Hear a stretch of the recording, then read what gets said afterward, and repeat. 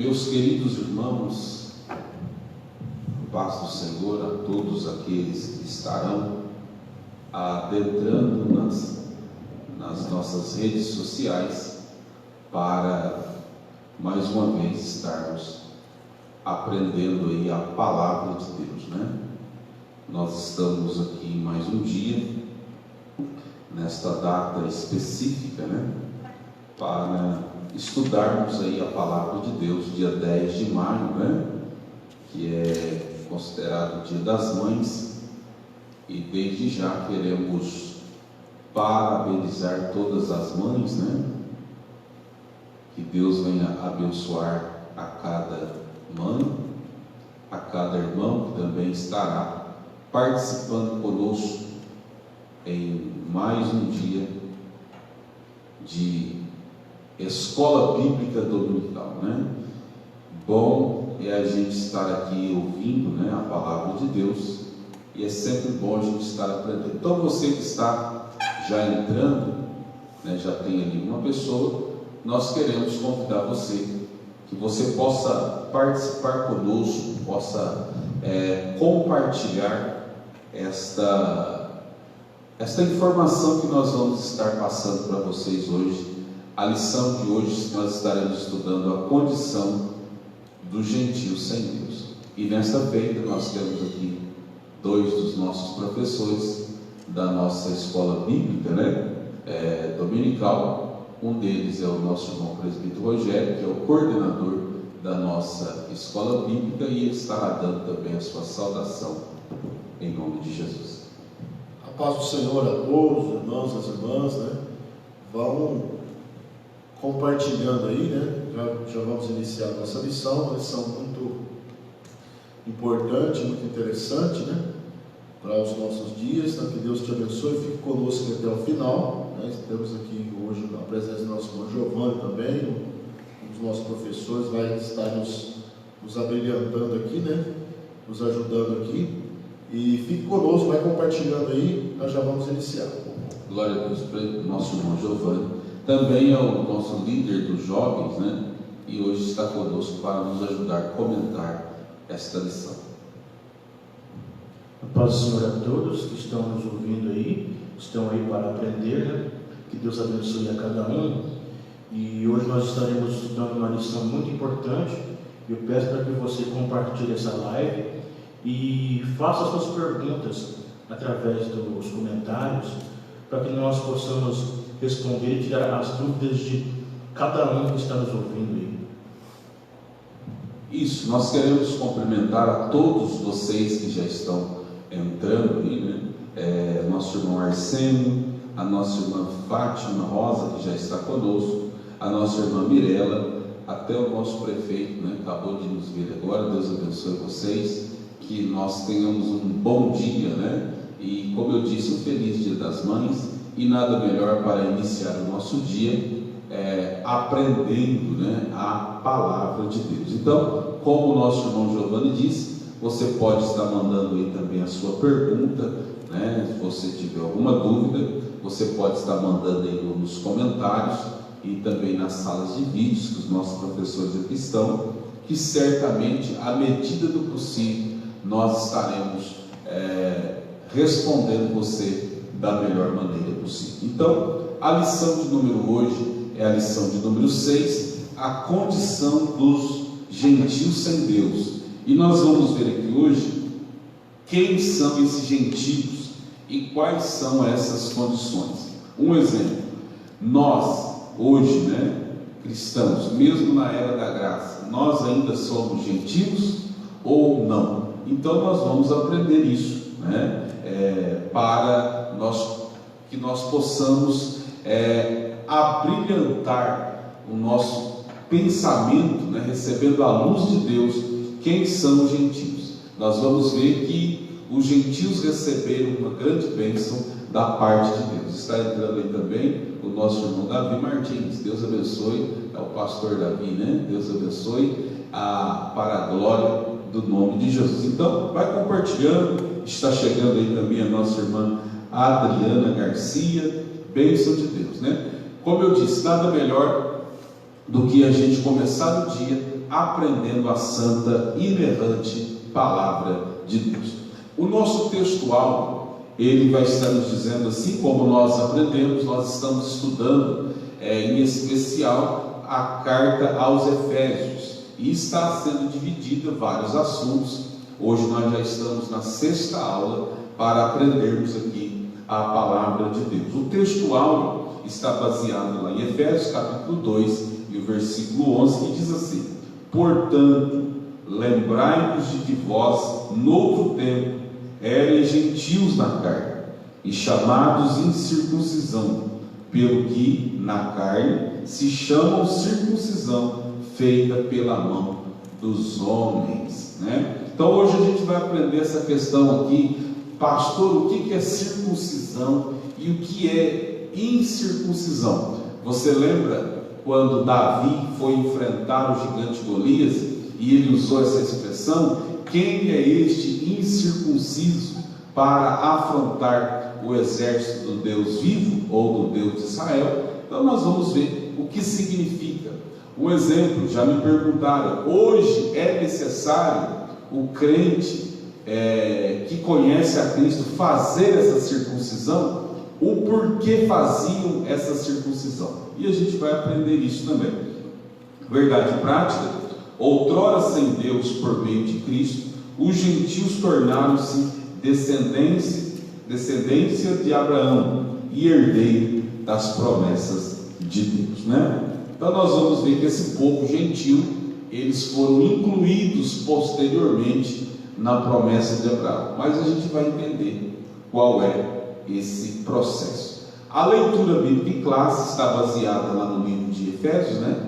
Capítulo 2, no verso 11 e 12, e também em Romanos, capítulo 4, o seu versículo 12 a 14. Então você que quer acompanhar, e às vezes você não teve condições de receber aí a sua revista, você pode pegar a Bíblia, porque o assunto que está sendo falado, tratado, está baseado nas Escrituras Sagradas, né? Então nós não vamos ler essa leitura em classe, mas você pode estar com a sua Bíblia aberta no livro de Efésios e também no livro, na carta de Paulo aos Romanos. E nós temos alguns objetivos hoje para alcançar. Quais objetivos são esses? Objetivo primeiro: conceituar espiritualmente a circuncisão e a incircuncisão. Que significado espiritual tem a circuncisão e a não circuncisão? A gente vai tentar conceituar isso no sentido espiritual. E também explicar a antiga condição do gentio sem Deus e sem Cristo, né? Nós vamos ver como era a condição desse povo gentil, que, só para você entender, o povo gentil era considerado todos aqueles que não faziam parte da nação de Israel. Todos os que não faziam parte da nação eleita, dos escolhidos de Israel, eram considerados pelo próprio povo de Israel como nação gentílica, né? Isso a gente vê muito no Novo Testamento também, os próprios judeus tendo ali uma dificuldade de relacionar com os gentios, quer dizer, outros povos que não pertenciam à nação deles. E também nós temos o objetivo de afirmar que, desprovidos de Deus, os gentios marchavam para a perdição eterna. E essa perdição nós estávamos incluídos, porque nós não somos judeus, né? De natureza, de nação, de genealogia. Nós éramos considerados, né, como gentios, mas fomos alcançados aí pela graça de Deus. Então, a gente vai estar comentando, os professores estarão aqui participando conosco também, cada um dando a sua participação, e você também pode participar conosco aí, em nome de Jesus, né? Olha, o nosso irmão Arsênio já está participando, mandando saudação aí para os professores, né? Nosso irmão Rogério e também o nosso irmão Giovanni. Deus abençoe, fica conosco aí, hein? É muito bom, quem aprende mais, erra menos, né? A gente tem sempre esse lema: se você aprender mais, você tem menos chances de errar, né? E aplicar mais a palavra de Deus na nossa vida. Olha aqui a nossa introdução. Lembrando que a nossa lição ela está dividida em 3 tópicos, né? tópicos e tem os seus subtópicos. E no primeiro tópico a gente vai falar sobre chamados da circuncisão. O segundo, estranhos ao concerto da promessa. E o terceiro, sem esperança e sem Deus. Então esses tópicos estão divididos também em subtópicos que a gente vai estar falando de acordo aí com o decorrer da nossa lição. Então eu vou falar a introdução, depois os nossos professores também vai estar dando uma visão geral, panorâmica do assunto que nós vamos estudar hoje, né? Olha o que a introdução diz. Na presente lição, veremos que o autor da carta aos Efésios lembra aos gentios que antes da regeneração eles eram incircuncisos e haviam experimentado 5 formas de privação. Estavam sem Cristo, separados de Israel, alienados quanto à promessa, sem esperança e sem Deus no mundo. Logo estudaremos cada um desses aspectos. Então nós vemos aqui 5 privações que os gentios tinham, que eram: estavam sem Cristo, estavam separados do povo de Israel, estavam alienados quanto à promessa, eles estavam sem esperança e eles estavam sem Deus no mundo. Então a gente vai entender isso em nome de Jesus. Presidente Rogério, o senhor tem uma visão panorâmica geral desse assunto que nós estaremos estudando? Meus irmãos, esse assunto ele é muito importante, por quê? Porque vai tratar, de uma forma geral, do plano de Deus para a salvação que inclui os gentios, né? Eu estou fazendo um comentário no meu canal da Carta aos Efésios, eu já estou no capítulo 3. No capítulo 3, que nós não vamos ver hoje, você vai ver que havia um tipo de mistério, né? O apóstolo Paulo chama de mistério, que esteve oculto, né? E que agora está sendo revelado de uma maneira mais clara. E esse mistério é um plano de redenção, né, para toda a humanidade, e que inclui também os gentios, né? Como o pastor já disse aqui, o gentio de nacionalidade, depois nós vamos até debater esse tema aqui, né? Hoje nós somos chamados de gentios, ou não, né? Mas gentios por nacionalidade, você tira a nação de Israel, todas as demais pessoas do mundo, hoje estima-se 7 bilhões de pessoas no mundo, né? Se você tirou a nação de Israel de sangue, o judeu de sangue, todos os outros são gentios. Mas esses gentios também estavam no plano da salvação. Então a lição vai tratar sobre isso, né? Dessa inclusão dos gentios no plano de salvação. Isso, nosso irmão Giovanni também tem uma visão panorâmica. Como o nosso irmão Rogério acabou de comentar, né? Esse é um assunto bastante importante, porque nós iremos estudar aqui e ao longo da lição que é algo muito importante, né? Que os gentios, né, tirando a nação de Israel, todos os povos eram considerados gentios e eles não tinham esse conhecimento do Deus verdadeiro. Então eram consideradas nações pagãs, né, que tinham os seus outros deuses. Então nós vemos então que os gentios, eles estavam separados de Deus, e como aqui na introdução disse aqui, né, estavam em um mundo sem Deus, em um mundo sem o Deus verdadeiro. Então isso é muito importante nós estudarmos nessa manhã, porque nós iremos ver que nós estávamos incluídos nisso, né? Nós estávamos perdidos, né? Mas nós vemos também que há um plano de salvação que Deus traçou desde o início dos séculos, né? Para toda a humanidade. Então, através disso, nós fomos incluídos nesse plano de salvação. Então nós vamos estudar isso, e isso é muito importante. Espero que você entenda, e vai ser uma bênção. Isso, né? Então é um assunto que muitas das vezes a gente não vê com muita frequência. Por exemplo, esse assunto que nós estamos estudando hoje, dificilmente você vê alguém pregando isso, né? Num culto público, num culto de domingo, não é verdade? Um culto, até no culto de ensino, às vezes muitas pessoas têm dificuldade.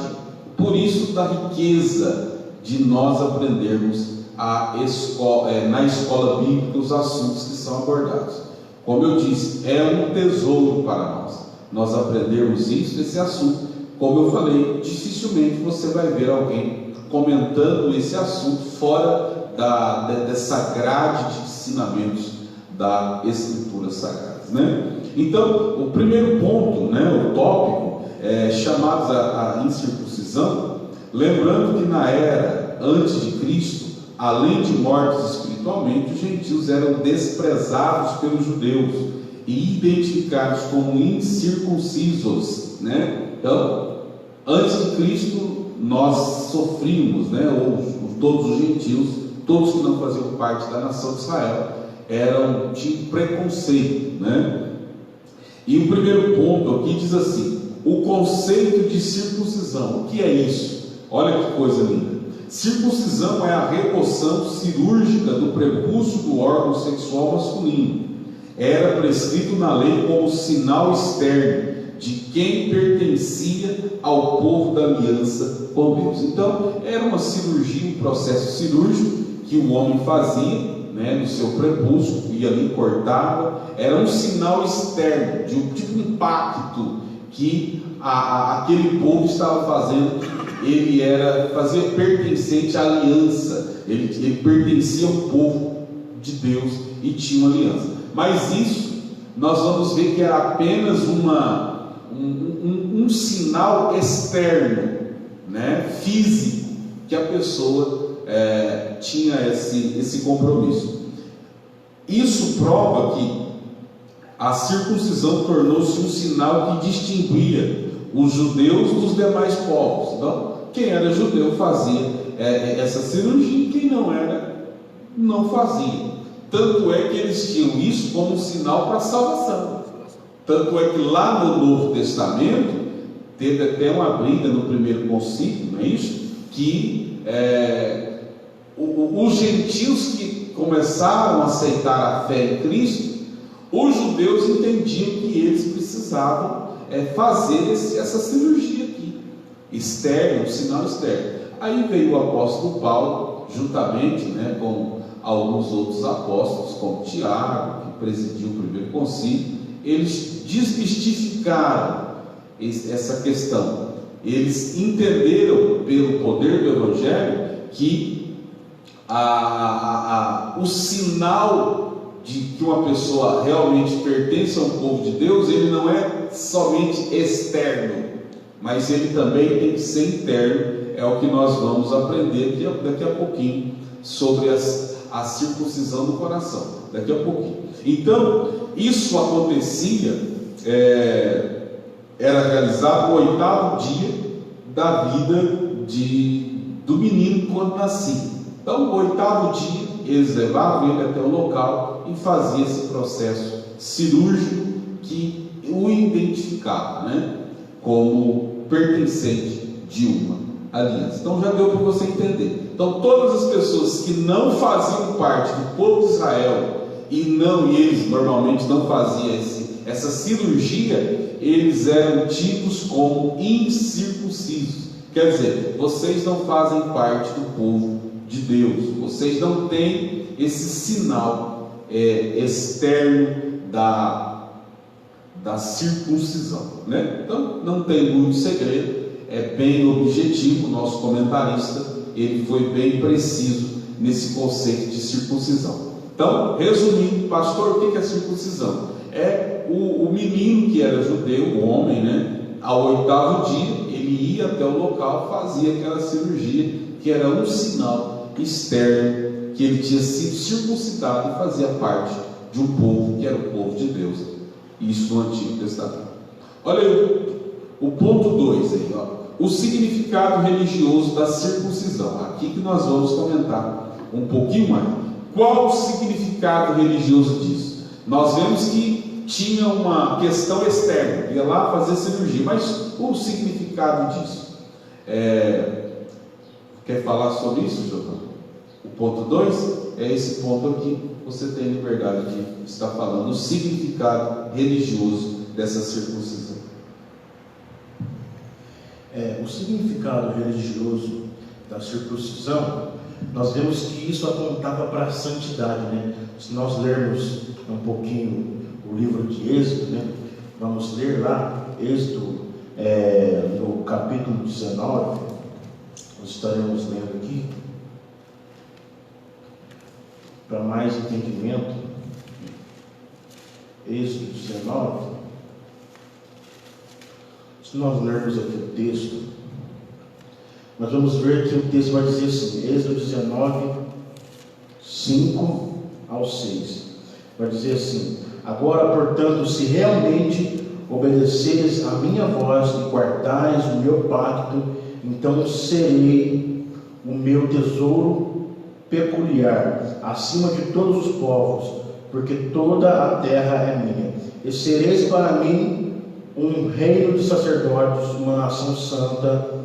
Estas são as palavras que falarás aos filhos de Israel.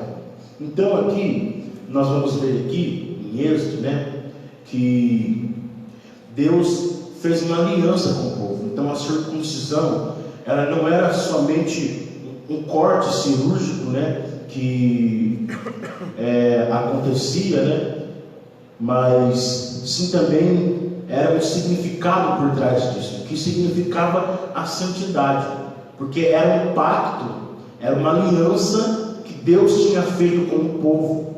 Deus fez essa aliança com o povo, para quê? Para distinguir o povo eleito dos outros povos da terra, né? Porque nós vamos ver que naquela época existiam vários povos. Existiam os cananeus, existiam os filisteus, então tinha outros povos na terra, e aqueles povos, eles eram pagãos, eles tinham seus deuses, e o Deus de Abraão, né, que era o patriarca, né, que era o patriarca que começou a história de Israel, o Deus de Abraão, assim como foi o Deus daquele povo, daquela nação, fez esse pacto que significava a santidade. Então isso era algo muito importante para o judeu, não só pelo fato de ter esse corte cirúrgico, mas sim pelo significado que tinha por trás disso, porque era o pacto que ele tinha com Deus. Então era algo muito importante. Então já os outros povos, eles não tinham esse pacto, né? Porque eles tinham práticas de idolatrias, né? E eles se relacionavam de formas diferentes, né? E de forma depravada. Então era outra situação, porque eles não conheciam esse Deus. Mas para os judeus, esse pacto religioso era muito importante, Então é isso que nós vemos. Era algo tão sério que os judeus, eles recusavam até comer, porque eles levavam isso muito a sério. Então não é apenas uma cirurgia, mas sim era um pacto religioso, e também era tido como um mandamento, né? Porque aqui nós estamos vendo aqui que o próprio Deus está falando, né, com Moisés, para que diga ao povo para que eles façam essa circuncisão. Isso, muito importante. Olha que coisa, que nível extremo que chegava. Eles levavam tão a sério que eles recusavam a comer com outros povos que não tinham essa circuncisão. Os povos que não tinham esse pacto, eles eram totalmente excluídos, né? Então, se nós vivêssemos naquela época e não aceitássemos fazer a circuncisão, você não tinha condições nem de ter comunhão ao ponto de ter uma refeição com o povo judeu, né? Alguns judeus, né, extremistas hoje ainda são assim, né? Há alguns que sobraram lá que ainda não creem, né, que o Messias veio, eles continuam, né, de uma maneira a seguir à risca esses mandamentos ali da antiga aliança, né? Mas graças a Deus que Cristo veio. Quando Cristo veio, Ele mudou tudo isso. Tanto é que Cristo comia até com os pecadores, né? Para mostrar que, porque a gente vai ver isso agora no próximo ponto, que o significado religioso aí da circuncisão, ele separava as pessoas. Mas através da circuncisão espiritual de Cristo, que nós vamos ver agora, ele aproxima os povos. Na época dos judeus, eles afastavam os povos. Cristo veio e aproximou os povos.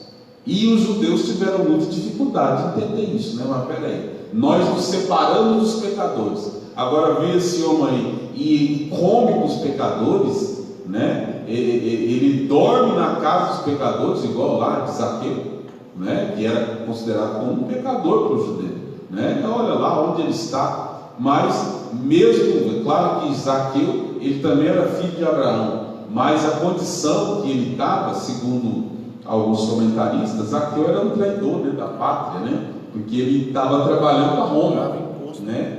Isso, ele cobrava imposto do seu próprio povo, trabalhando dos seus rivais, porque os maiores inimigos do povo de Deus, né, dos judeus do Novo Testamento, quem eram? Eram os romanos. E Zaqueu, trabalhando, cobrando impostos, ele trabalhava para os romanos, para Roma. E então ele era considerado como um gentio. Falou: você é traidor, rapaz, você não faz parte. E Jesus foi lá na casa desse homem, comeu, dormiu lá na casa dele, falou: hoje tem salvação na sua casa. Isso prova que Cristo é a expressão máxima do amor de Deus.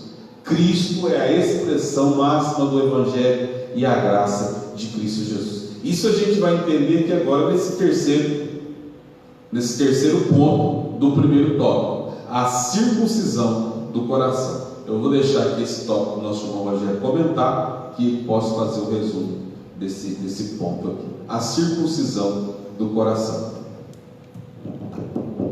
Esse ponto aqui, irmãos, é muito interessante, porque, como nós vimos no ponto 2, nosso irmão Giovanni fez o comentário, havia um sinal externo, né? Havia um sinal externo da santificação. O externo era a circuncisão. Mas só a circuncisão não garantia, esse ato externo, né, não garantia que um judeu fosse santo mesmo, né? É o que acontece hoje. Às vezes algumas pessoas valorizam só o exterior, né?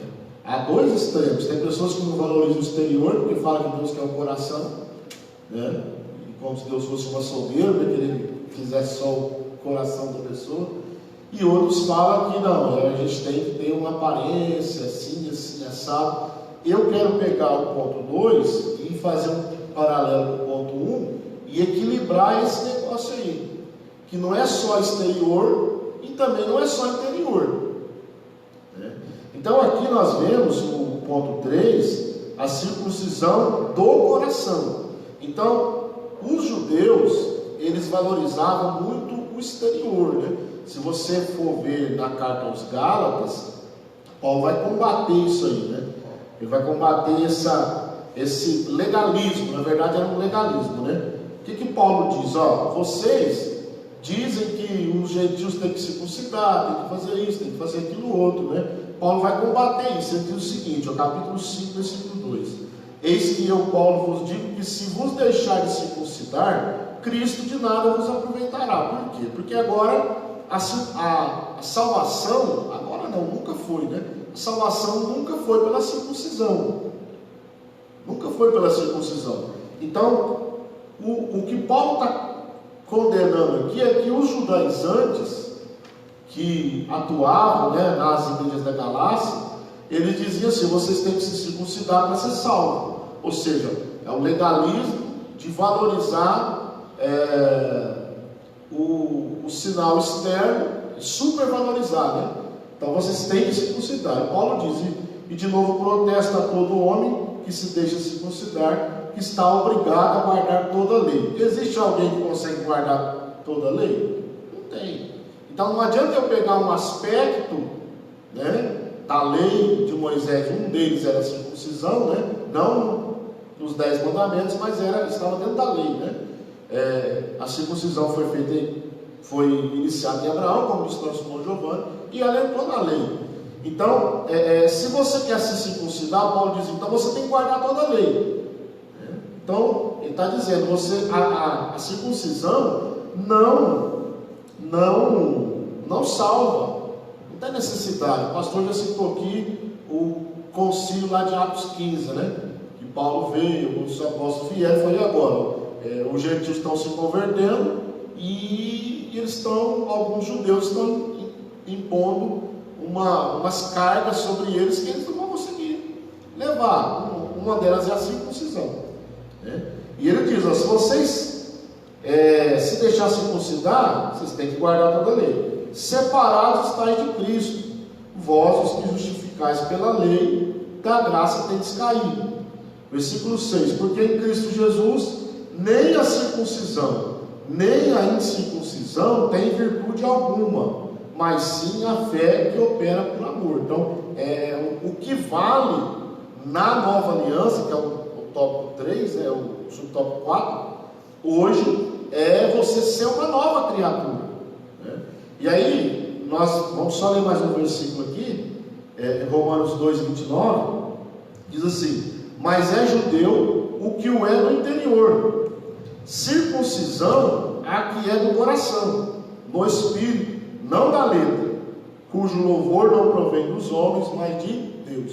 Então, muitos de nós hoje, depois até eu vou fazer uma pergunta aqui para os professores, para a gente debater um pouquinho sobre essa questão aqui, né? Hoje, o judeu que é considerado judeu diante de Deus, é o judeu que é no coração. Então, Paulo fala aos Gálatas também, se eu não me falo a memória, diz assim, aqueles que são da fé, são filhos de Abraão. Então hoje até os gentios que creem, são considerados judeus no coração, ou seja, o povo de Deus, né? Então, judeu é aquele que é no coração. Então pode ter, o pastor citou aqui agora, existem hoje os judeus ortodoxos, que eles ainda mantêm essas tradições, né? De não comer com os gentios, de praticar a circuncisão, né? Outros atos que hoje tem coisa que não tem gente fazer mais, por exemplo, o sacrifício de animais, né?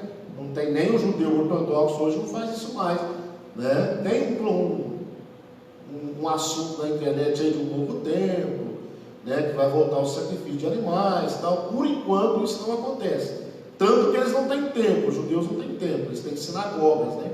Então a sinagoga é para ensinar a lei, né?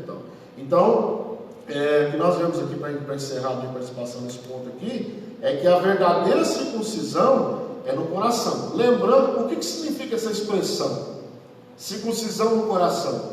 A circuncisão na carne não mostrava, não era um sinal externo de uma mudança de vida, tanto que aquele gentil que queria ser adepto do judaísmo, ele tinha que se circuncidar. Então, quer dizer, passou para uma nova vida, vamos dizer assim, né? Hoje, a circuncisão verdadeira é ser uma nova criatura em Cristo, né? E aí nós vamos discorrendo aqui mais para frente, né? Isso, né? Então, nós, como cristãos, nós temos que ser circuncidados no coração. Separar o seu coração para Deus, né? E tirar tudo que tem de dentro do seu coração que te afasta de Deus, né? Se você fez isso no momento que você aceitou a Cristo e faz isso cotidianamente, né? Renunciar todos os prazeres da carne que está no coração, porque se deixar, né, o coração à vontade, porque a Bíblia diz que enganoso é o coração. Então você tem que separar esse seu coração para Deus e circuncidá-lo, né? Tirar aquilo do coração que não vai fazer bem para a sua vida espiritual. O quarto ponto fala da circuncisão na nova aliança. Aqui fala que teve uma grande discussão, como já foi falado no concílio, né? Em Jerusalém. O primeiro concílio foi convocado para tratar sobre esses assuntos, né? E o que eu acho interessante é que em meio a esses assuntos tinha ali, né, algumas exigências. Quem aceita Cristo hoje não pode fazer isso, não pode fazer aquilo, lembrando que os judeus tinham um código de lei de 613 mandamentos. Olha que coisa, 613 mandamentos que eles tinham que cumprir. E eles queriam impor isso sobre aqueles que estavam se convertendo. Por quê? O cenário, quando Cristo veio, o povo era judeu, eles tinham os costumes judaicos, né? Desde a época de Abraão. Então, eles entendiam, para ser salvo tem que ser igual nós. Isso prova, obreiros, né? Professores de escola dominical cristão, é que no plano da salvação, as pessoas, para ser salvas, não precisam na sua totalidade fazer a mesma coisa que eu faço. Um exemplo disso, às vezes você que está me assistindo agora, você já viu essa experiência. Às vezes tem alguém que está na igreja 30 anos, ele é crente, pegou lá os antigos, lá na década de 70, de 80, que a vida era totalmente diferente. Não estamos falando de mundanismo, né? Nós estamos falando de hábitos, de alguns costumes. E aí, às vezes entra alguém na igreja hoje, aceita Cristo, e essas pessoas querem que aquela pessoa que aceitou a Cristo hoje seja igual a eles andou há 30 anos atrás. Isso é impossível. Isso não é condição para a salvação. É óbvio que uma pessoa que aceitou a Cristo, ele tem que ter uma nova vida, ele tem que ter um novo hábito, ele tem que ter um novo linguajar, ele tem que ter um novo procedimento. Mas isso tudo dentro do processo da regeneração, dentro dos padrões bíblicos. Porque senão você pode matar alguém. Se deixasse para os judeus da época, o evangelho não teria se expandido. Tanto é que os próprios discípulos tinham dificuldade de pregar para outras pessoas que não eram do povo judeu. Não é comigo, hein? Olha que coisa, foi por isso que Deus levantou Paulo, né? Porque Paulo é o apóstolo dos gentios. Paulo é o apóstolo dos gentios, que teve uma grande participação. Paulo pegou os navios da época e saiu fazendo as suas viagens missionárias, né? Isso, ele era o ministro da incircuncisão. Olha que coisa. Então, graças a Deus que Deus levantou a pessoa certa para o momento certo. Isso, eu quero até deixar um recadinho para você. Você que é um ministro do evangelho, você que quer pregar a palavra de Deus, quem sabe Deus vai te levar a outros povos, ou a outras cidades, a outras aldeias, a outros lugares que não é do seu convívio. Primeiramente, você tem que respeitar a cultura daquelas pessoas e pregar somente o evangelho, prega somente Cristo, porque a Bíblia diz o quê? Conhecereis a verdade, e esta verdade vos libertará. Esta verdade é o próprio Cristo, né? Então, naquela época do primeiro concílio, eles colocaram muitas condições. Aí os apóstolos, orientados pelo Espírito Santo, Atos capítulo 15, eles vão dizer assim, olha que coisa linda, pois pareceu bem ao Espírito Santo e a nós. Olha que coisa, primeiro pareceu bem ao Espírito Santo e depois a nós, porque se é bom para o Espírito Santo, né, o Espírito Santo viu que é bom, automaticamente nós temos que concordar com o Espírito Santo. Diz assim, pareceu bem ao Espírito Santo e a nós não vos impor maior peso além dessas exigências necessárias. Que exigências são essas? Que vos abstenhais da carne sacrificada a ídolos, do sangue, da carne de animais sufocados e da imoralidade sexuais. Fareis bem se guardar estas coisas, né? Então, se você hoje se considera uma pessoa circuncidada no coração, se obedecer pelo menos essas questões aqui, né? Abstenhar de carne sacrificada a ídolos, de comer sangue, de comer animais sufocados e da imoralidade sexual. Isso prova que, eu até gostaria de fazer uma pergunta para os professores, o que seria essas carnes sacrificadas a ídolos? O que vocês acham? Então, Sobre essas carnes sacrificadas a ídolos, o que eu entendo é o seguinte, que naquela época, né, as carnes, né, antes deles fazerem alguma festa, antes deles fazerem algo, eles sacrificavam, eles sacrificavam aos deuses pagãos. Então, o que eu entendo é por isso que eles pegavam aqueles alimentos e antes de comer, eles sacrificavam aos deuses pagãos. É o que eu entendo. Antes de passar para outro ponto, Pode falar. antes de passar para outro ponto, né, eu acho que a carne sacrificada aos ídolos é isso aí mesmo. Se você quiser saber mais, leia o capítulo 8 de 1 Coríntios, né? Lá vai falar certinho também sobre essa carne sacrificada aos ídolos. Eu só queria fazer um comentário e uma pergunta, porque se passar para o próximo ponto aqui, aí eu acho que não vai caber mais a pergunta. Comentário rapidinho, o pastor falou sobre o peso, né? Os apóstolos aqui em Atos 15, eles consideraram, o pastor leu aqui, ó, não convém impor-lhes esse peso. Então, a circuncisão, os costumes judaicos naquela época para os gentios era considerado como um peso, e foi os próprios apóstolos. Tiago, que era o pastor presidente, né, de Jerusalém. Então, muitas vezes, por exemplo, eu tenho uma menina de 5 anos. Se eu colocar um saco de cimento na cabeça dela, ela não aguenta carregar. Ela não aguenta carregar.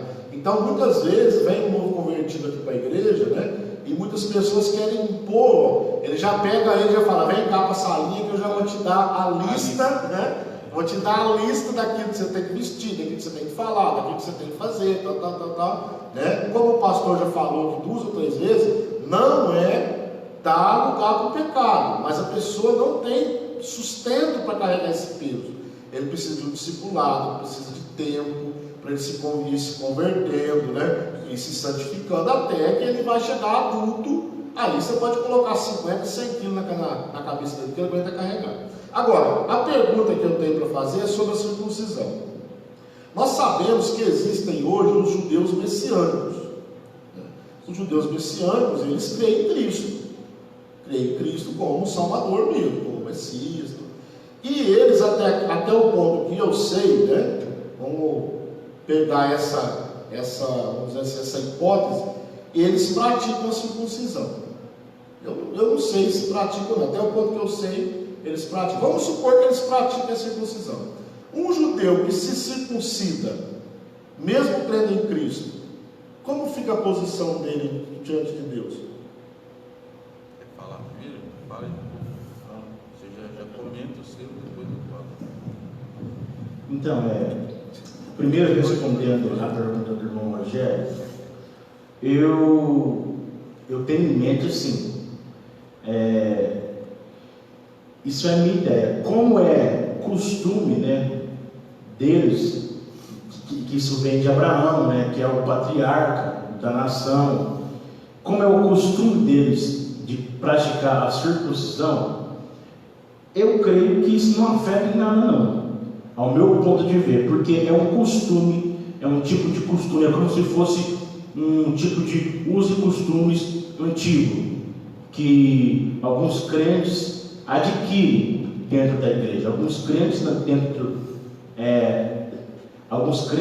das nossas igrejas, principalmente a Assembleia de Deus, tem alguns costumes antigos que, se nós formos analisar e observar, é algo assim que, se fôssemos buscar base bíblica, nós não encontramos, mas são costumes antigos, né, que eles preservam até hoje. Tem pessoas que buscam isso, né, e eu creio que isso não afeta a salvação de um judeu messiânico, porque é um costume muito antigo que eles fazem. Então, eu acho que o importante dentro da circuncisão ou não, eu acho que o importante é eles crerem em Jesus, porque eu acho que a salvação está em crer em crer no Filho de Deus, em crer no sacrifício que foi feito na cruz do Calvário, porque eu acho que esse é o ponto importante da salvação, que é crer em Jesus. Então eu tenho isso em mente. Eu creio que para mim não faz nenhuma diferença se o judeu messiânico ele é circuncidado ou não. O que importa é ele crer em Jesus e ele crer no único Salvador, que é Jesus, que foi o Filho de Deus, que morreu na cruz do Calvário.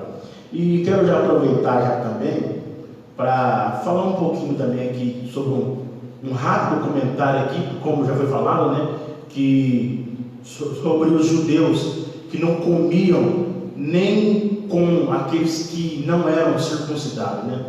E eu admiro muito, né, o preparo que Paulo tinha, que eu queria comentar aqui rapidamente, porque Paulo era muito preparado. Paulo ele era preparadíssimo para pregar o Evangelho.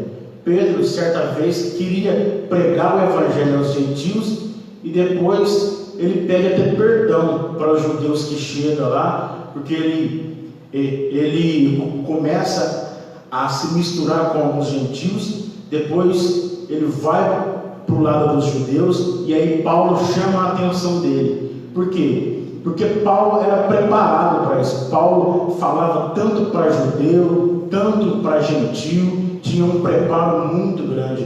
Então isso é muito importante isso.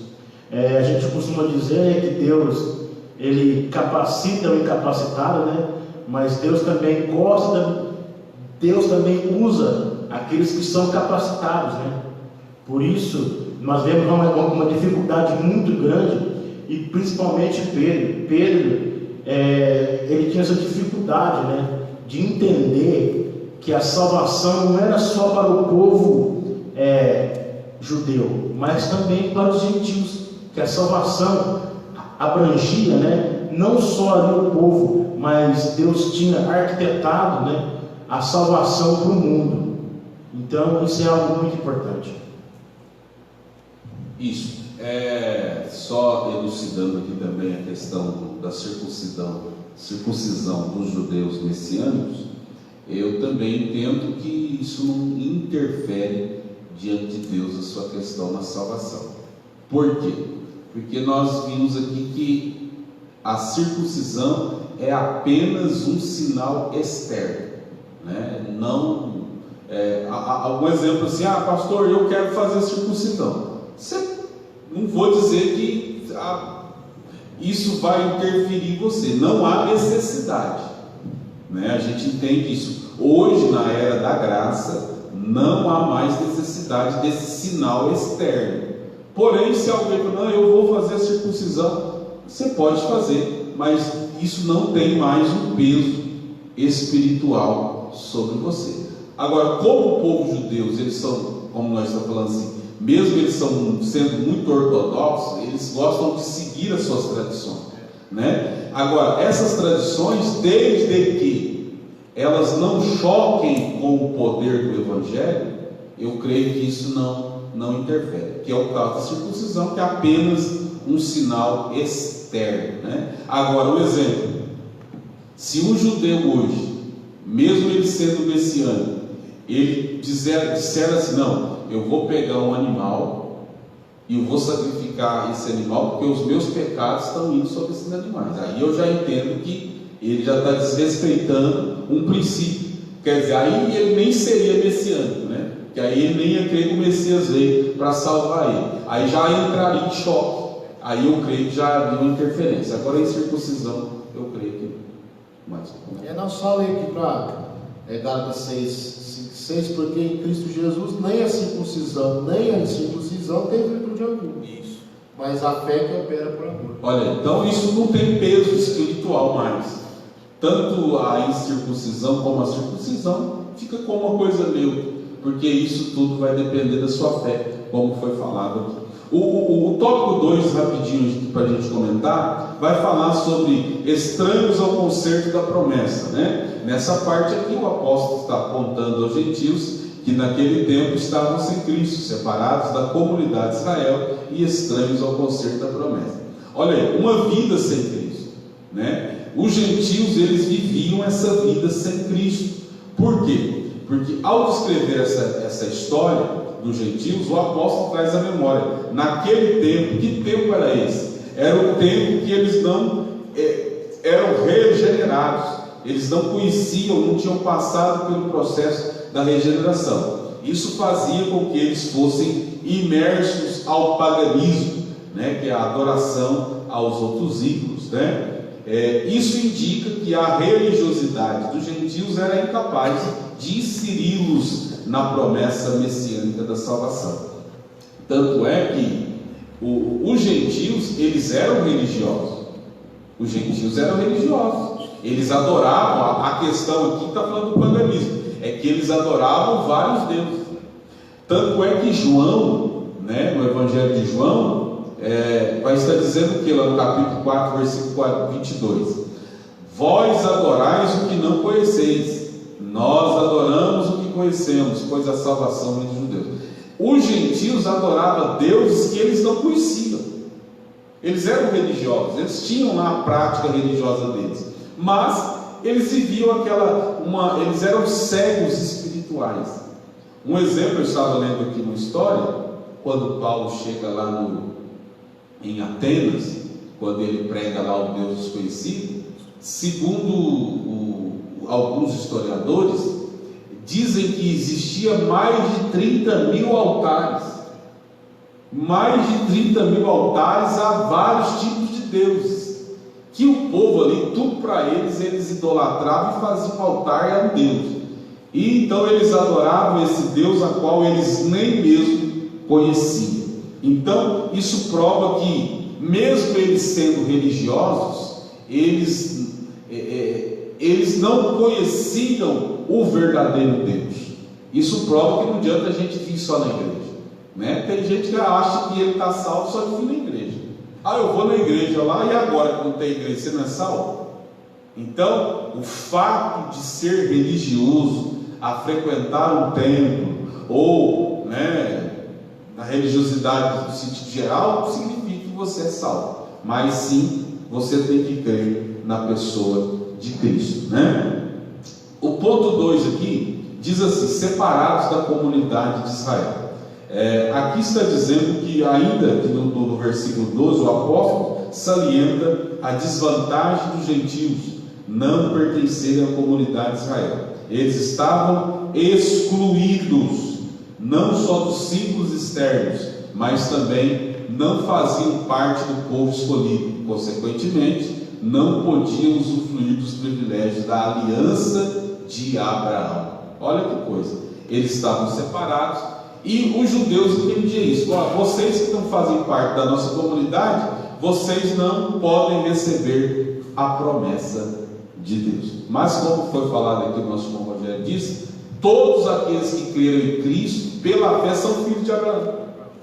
Então você, no sentido espiritual, você é um judeu, né? Um filho descendente de Abraão, no sentido espiritual, porque você crê, você tem a fé verdadeira, né? E esta constatação cruel era de que Deus não havia se revelado aos gentios, né? Os gentios estavam fora do plano de alcance das bênçãos de Abraão, de Isaac e de Jacó, né? Mas por meio de Cristo eles também tornariam descendentes de Abraão. Está lá em Gálatas capítulo 3, o versículo 29, né? Então, em nome de Jesus, você crê em Cristo, e por causa da sua fé em Cristo, você também recebeu a fé. E hoje nós estamos aqui debaixo das bênçãos que também recaíam sobre Abraão, né? Isso prova que mas a bênção é só para Israel, né? A bênção é só para o povo judeu, a bênção era só para o povo Messias, que criam no Messias. Não,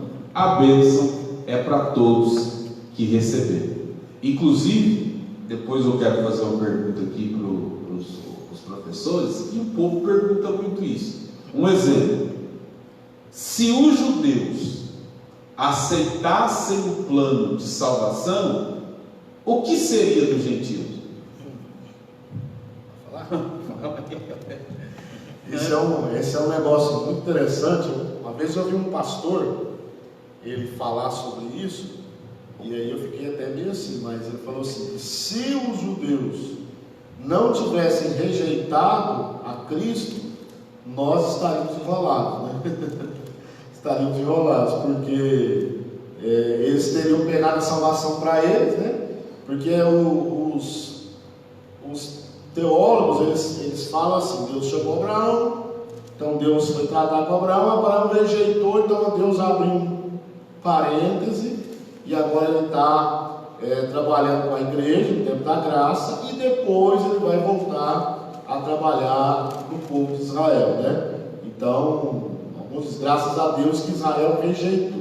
Eu não vejo dessa forma. Eu vejo que se Israel, né, o povo judeu, tivesse aceitado a Cristo, hoje teríamos mais pessoas crentes ainda, porque eles iriam evangelizar o mundo, né? Tanto que esse era o plano de Deus. Deus escolheu a nação de Israel, Abraão, Isaac e Jacó, as 12 tribos de Israel, os filhos de Jacó, para ser o povo escolhido, para anunciar a virtude, anunciar a Cristo. Então, se eles tivessem aceitado de coração e terem evangelizado, hoje 7 bilhões aí, talvez aí uns 80% de hoje dos crentes, das pessoas seriam crentes. Isso é interessante, porque a Bíblia diz assim, né? Ele veio para o que era seu, os seus não o receberam, mas todos quanto receberam, deu-lhes o direito de serem chamados filhos de Deus. A questão é o seguinte: se os judeus aceitassem o plano de salvação, é como diz aqui o presbítero Rogério, o plano de salvação era para que os judeus fossem testemunhas de Deus, anunciassem o Evangelho de Cristo para o mundo. Eles seriam uma nação modelo. Então, se eles aceitassem a salvação, eles eram incumbidos de anunciar essa salvação para o resto do mundo. Olha que coisa, não é que só eles seriam salvos, nosso irmão Giovanni, não é que só eles seriam salvos. Se eles aceitassem, eles seriam salvos e eles iam anunciar a salvação para o mundo. Na realidade, Deus queria fazer de Israel uma nação modelo de como crer nele, de como receber a salvação, né? Então isso não tem nada a ver. Se os judeus aceitassem, nós não seríamos salvos. Não, nós seríamos salvos, porque o plano de salvação é para o mundo. Deus amou o mundo, Deus não amou só os judeus. Olha que coisa, Deus amou o mundo. Quando está falando mundo, está falando todos os povos, todas as raças, todas as tribos e todas as línguas, né? Então, isso quer dizer que mesmo os judeus aceitando o plano da salvação, presbítero Rogério, Deus queria fazer do povo de Israel apenas um modelo. Eles seriam os propagadores de espalhar essa salvação para o mundo, né? Então, se eles aceitam, eles que estariam pregando hoje. Os judeus, na realidade, Deus queria fazer dos judeus os missionários. É isso, resumindo isso. Tanto é que, resumindo, falando com você, hoje é o nosso culto de missões. Deus queria fazer dos judeus os missionários. Olha, eu vou salvar vocês, né? E vocês vão propagar essa mensagem ao mundo. Aí eles rejeitaram. Aí foi aonde Deus escolheu os gentios para que isso pudesse ser elucidado, né? Então, vamos ver aqui também, já passar para o terceiro ponto, aí depois o nosso irmão Giovanni vai estar falando aqui também. Alienados ao pacto da promessa. Quer falar alguma coisa sobre esse ponto, esse terceiro? Aí você resume esse ponto aqui. Alienados. Vamos lá então. Alienados pelo pacto, né, da promessa, né? Nós vemos então que a comunidade de Israel, né, os gentios, eles conheciam totalmente os vários pactos de Deus, né? e eles estabeleciam isso com os patriarcas, né? E esse pacto girava em torno da grande promessa, né? Do advento do Messias, né? Então eles acreditavam nisso, né? Que esse pacto gerava em torno disso. Entre eles o pacto abraâmico, né? E o pacto mosaico, né?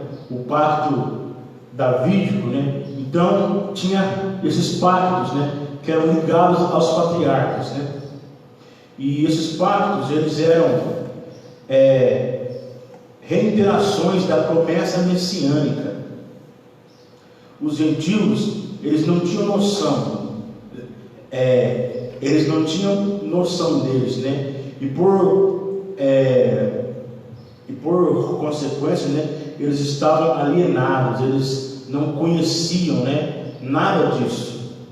Então, de qualquer promessa ou esperança messiânica, eles não conheciam nada disso.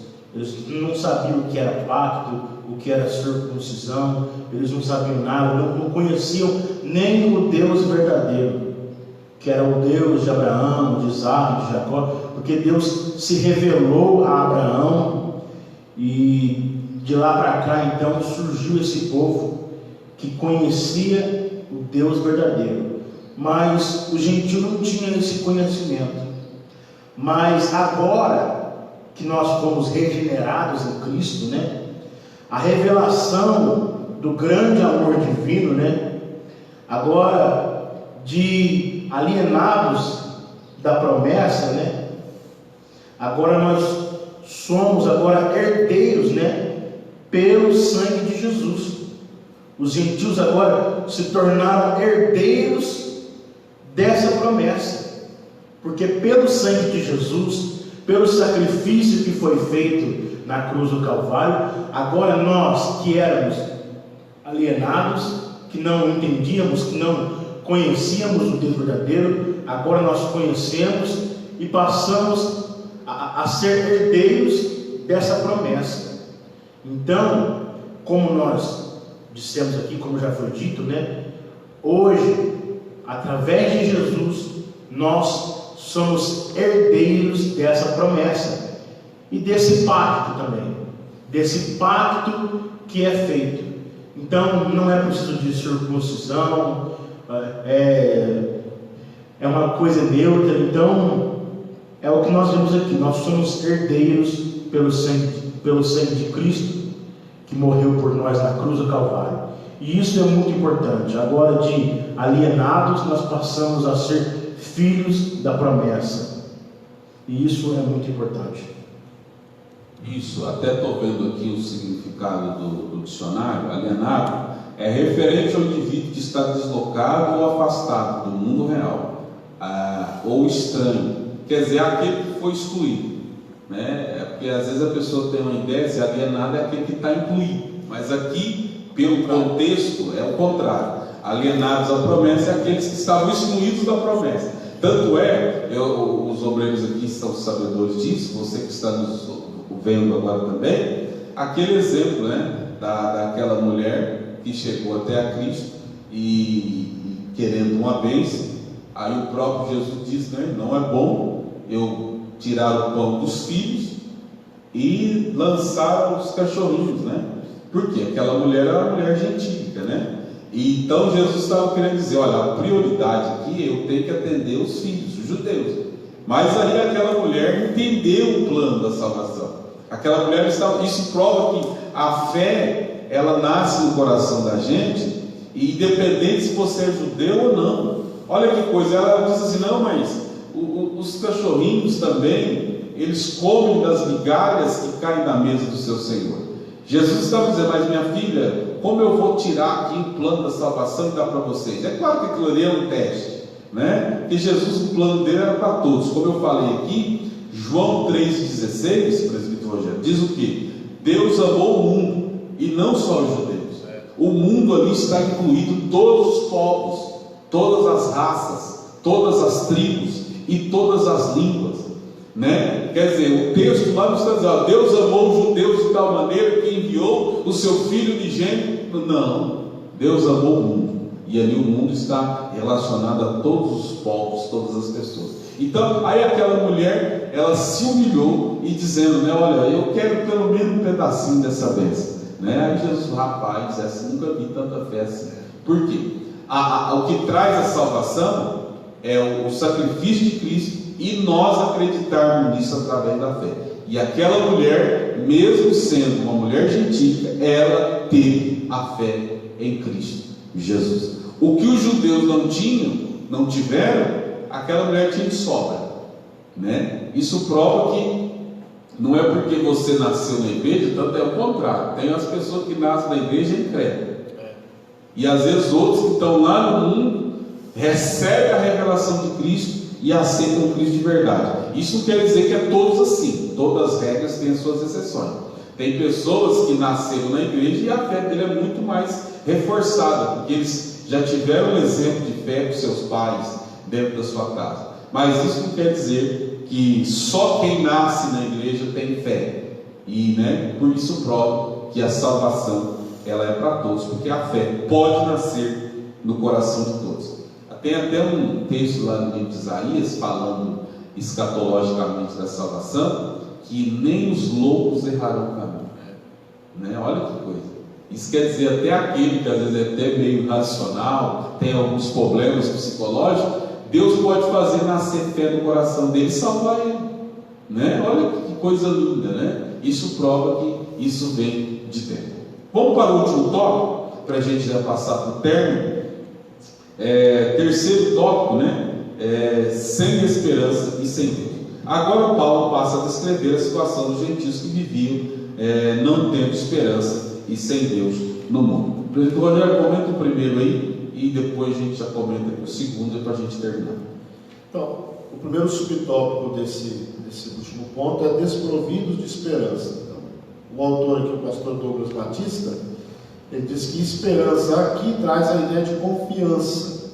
Nas escrituras, o seu principal uso está ligado à confiança nas promessas divinas. Então, os gentios não tinham essa esperança. Eles eram desprovidos dessa esperança. Por quê? Nosso irmão Giovanni, ele comentou sobre os pactos, né? No ponto anterior, o pacto abraâmico, o pacto mosaico, o pacto davídico, né? De Deus com Davi. Então, os gentios não tinham esse pacto. Eles não conheciam esses pactos, como ele mesmo frisou aqui, né? Sabendo disso, eles não tinham esperança. Não tinham esperança. E aqui eu quero fazer uma aplicação mais devocional, né, para nós. Aqueles, o pastor vai encerrar aqui com o último ponto, sem Deus no mundo. Aqueles que não têm esperança, né, eles vivem uma vida assim, talvez de duas maneiras. Vou resumir em duas maneiras. Uns vivem desesperados, porque eles não sabem o que vão encontrar depois da morte, porque eles não têm esperança de uma vida eterna, né, com Cristo. É por isso que quando você vai num culto fúnebre, né, de uma pessoa que morreu, né, um irmão, uma irmã cristão, é lógico que a gente sente, a família chora, mas lá dentro nós sabemos que aquela pessoa, né, se ela realmente serviu a Cristo, ela já está na vida eterna. Então é uma esperança que não traz desespero, né? Pessoas que ficam desesperadas, e agora, né? O que vai acontecer? Então esse é um grupo de pessoas. E por não ter esperança, também nós podemos encontrar um outro grupo de pessoas, que é aqueles que dizem o seguinte: morreu, acabou. Então não tem uma esperança de uma vida após a morte. Então por isso que ele vive aí. Eu costumo citar uma expressão, né, bem guaraense, né? A gente mora aqui no interior do estado de São Paulo, vive igual boi no pasto, né? Então vive ali a lá vão ter, né? Por quê? Porque até a gente ouve muito essa expressão, né? Vamos viver a vida aqui porque morreu, acabou. Não tem essa esperança.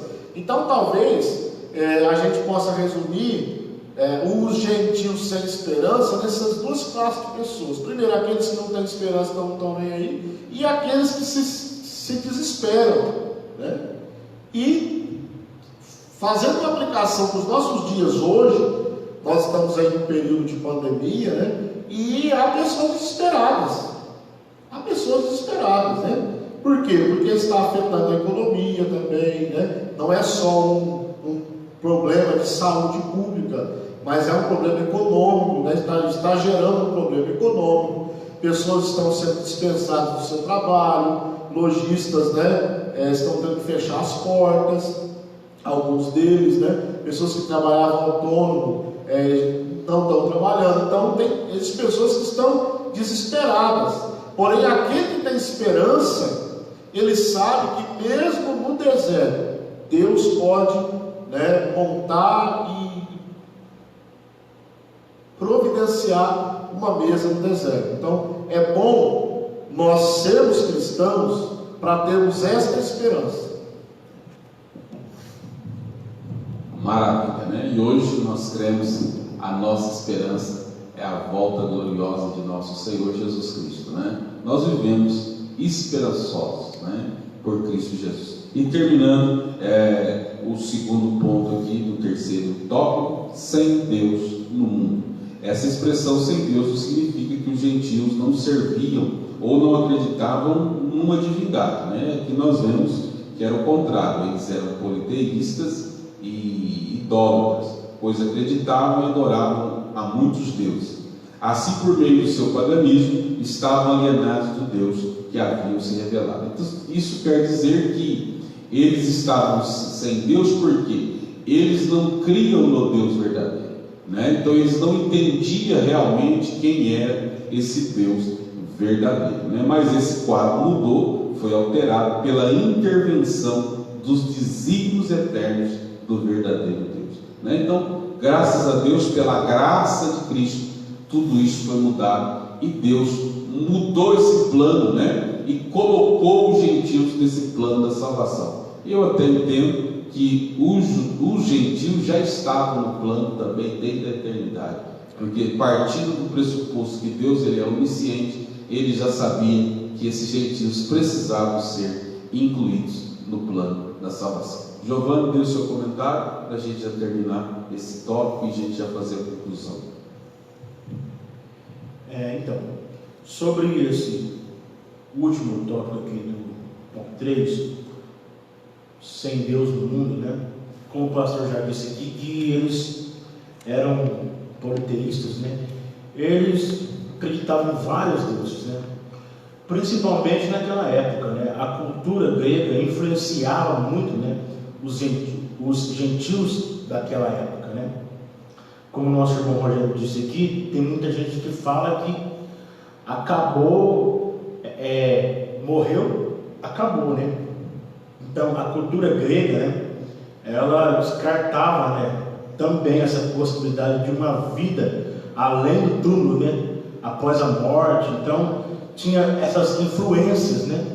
Por isso tinham vários deuses, como o pastor disse aqui também, que em Atenas, né, existiam lá vários altares, né, de adoração a deuses, né, deuses pagãos que nunca existiram e que não significam nada, mas a cultura naquela época influenciava muito para isso.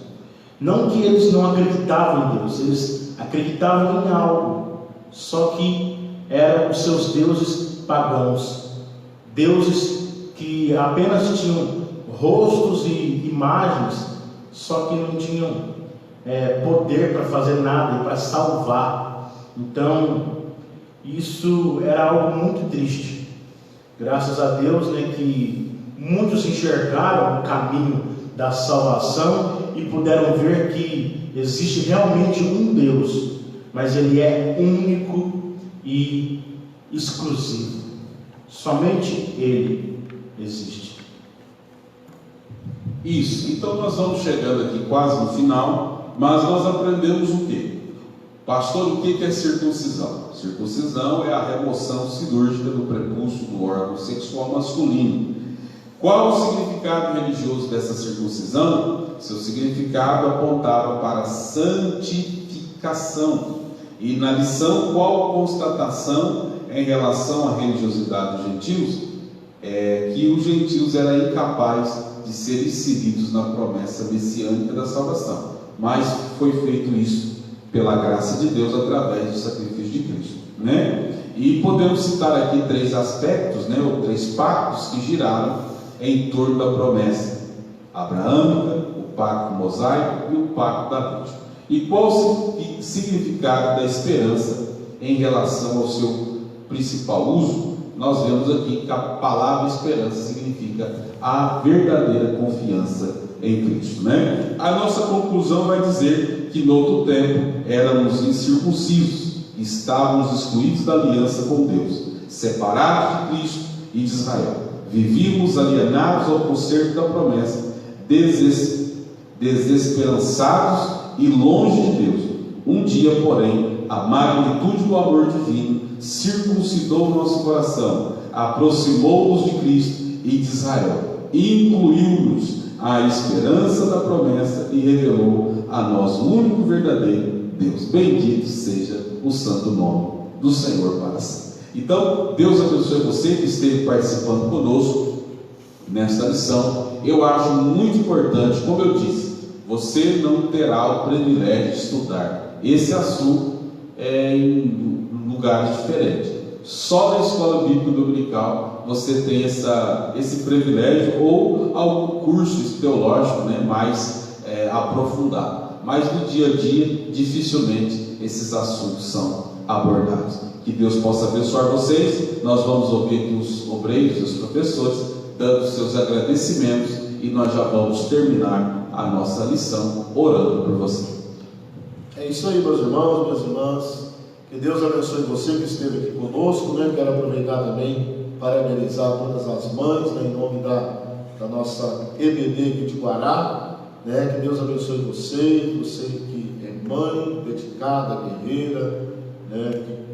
Que luta no dia a dia. Que Deus abençoe você, tenha um ótimo domingo, e abençoe a todos os irmãos também que estiveram conosco. Domingo que vem tem mais, lição 7, né? Cristo é a nossa reconciliação com Deus. Que Deus em Cristo nos abençoe. Meus irmãos, Deus abençoe vocês que esteve aí nos ouvindo, né? E você que vai ainda nos ouvir, você que está aí nos ouvindo, não perca essa oportunidade de sempre estar aprendendo a palavra de Deus. Considere-se perdido, né? O dia que não meditar nas Escrituras. Isso é o que Lutero diz. Então, quero dizer para você que estude, procure se aperfeiçoar cada vez mais na palavra de Deus, que isso é muito importante para a nossa fé cristã. E eu quero dizer que Deus abençoe o seu domingo, o seu final de semana, um feliz Dia das Mães para todas as mães também que estão aí nos ouvindo, nos assistindo, e que Deus abençoe você. Amém. Que Deus possa abençoar você. Como nós estamos vendo aqui, nós estamos aprendendo sobre a igreja eleita. Se você se considera um eleito, tenha essa certeza, é bom você estudar. O melhor dia para uma boa leitura é todo dia, né? Que não seja só hoje você estudando a palavra de Deus, mas todos os dias você tira um tempinho para meditar. Como nós falamos, vai aí o nosso abraço para todas as mamães, todas as mães que geraram vida. Costumamos dizer que depois do amor de Deus, o maior amor é o amor de mãe. Que Deus abençoe você. E lembrando, à noite, 8 horas, nós estaremos fazendo uma live missionária.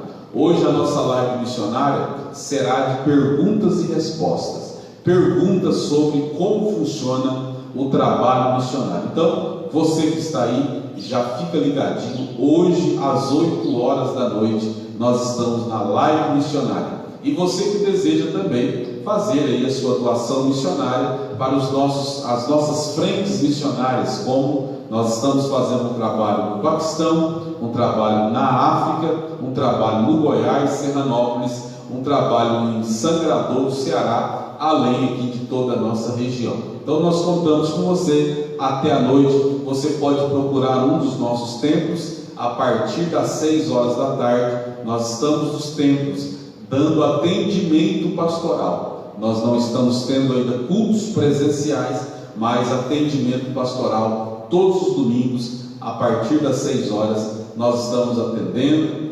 aconselhando os irmãos em nome de Jesus. Então, até a noite, se Deus nos permitir, vamos orar e vamos agradecer. Querido Deus e Pai, em nome de Jesus, quero agradecer ao Senhor pela vida dos nossos alunos que estão nos ouvindo, aqueles que passaram, já ouviram a palavra. Abençoa os nossos professores que estiveram conosco comentando esta lição. Até o próximo domingo, se assim for a tua vontade, em nome de Jesus. Muito obrigado, Senhor.